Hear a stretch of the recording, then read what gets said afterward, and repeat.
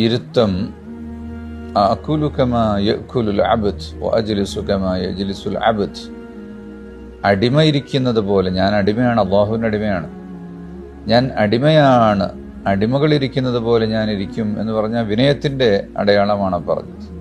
രാജാക്കന്മാരിരിക്കുന്നത് പോലെ ഉള്ള ഒരു രീതിയിലല്ല, വളരെ വിനയത്തോടു കൂടിയാണ് ഇരിക്കുക എന്നുകൂടെ അതിനർത്ഥമുണ്ട്. അപ്പോൾ കാല് മടക്കി വെച്ച്, രണ്ട് കാലും മടക്കി വെച്ച് നിലത്ത് വെച്ചിരിക്കുന്നിരുത്. ഏകദേശം നമ്മൾ ഒന്നാമത്തെ അത്തഹിയാത്തിലിരിക്കുന്നത് പോലെ എന്ന് പറയാം. അല്ലെങ്കിൽ അതേ രൂപത്തിൽ ഇടതുകാല് വെച്ചിട്ട് വലതുകാല് ഉയർത്തി വെച്ചിട്ടുള്ളൊരിരുത്തം.